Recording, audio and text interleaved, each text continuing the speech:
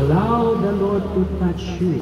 Allow the Lord to guide your life through Him, with Him, in Him. At kayo'y magiging violin na tutugtog ng magagandang tugtugin na makakaakit. Pero nag-aakit hindi kayo. Ang nag-aakit ay ang Panginoong Hesus.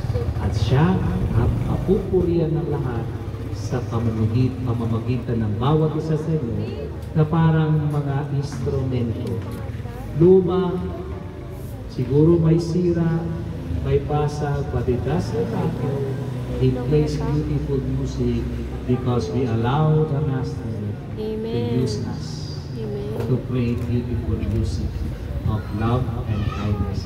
Ang prayer ko po sa inyo, as we honor the Divine Mercy, allow Divine Mercy to touch you.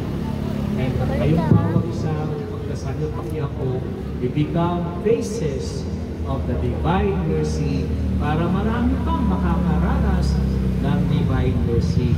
Kung gayon, yung Master na tumugtog ay si Jesus, the Divine Mercy, at tayo sa mga instrumento. Through us, maraming makakaranas ng Divine Mercy. Tumahimik tayo sandali at bawat isa itaas sa Diyos ang iyong mga kahilingan. Sana kahilingan natin, Lord, make us an instrument of your divine mercy sa iba. Isang sandali ng kakahilingan.